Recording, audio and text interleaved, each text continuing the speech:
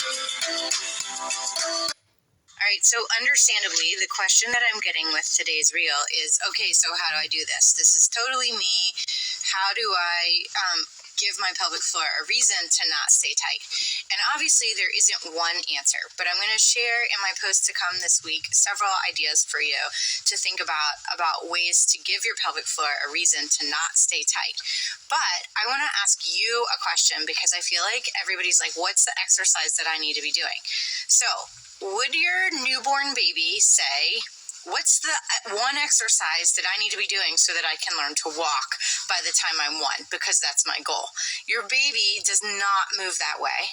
Your baby does little things and builds one step on top of the next step on top of the next step all throughout that first year of life. And your baby practices all day in little tiny bites, and that's really how we learn movement.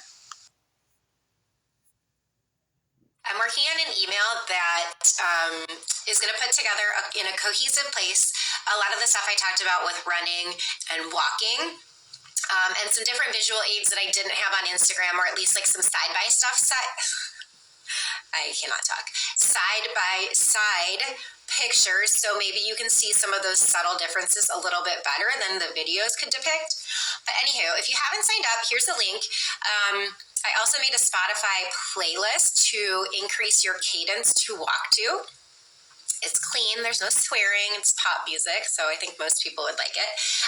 But anyways, what I wanted to say is, don't fear signing up. I will not be spamming you. I promise. I don't have time for that. So if I sit down to write an email, I'm going to make sure there's value in it for you.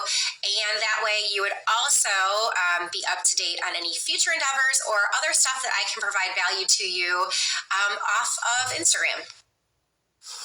Okay, also, tell me this. For posts that are like exercise-based for, try this, do this, form cues, do you like that as a reel, or do you like to see it as they call them carousel, but like the swipe posts?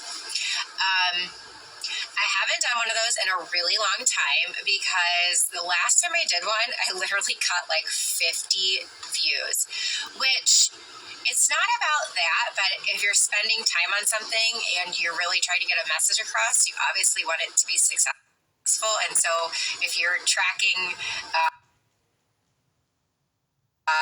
those metrics, like reels do the best because Instagram's obviously wants them to push those to compete with TikTok. So anywho, I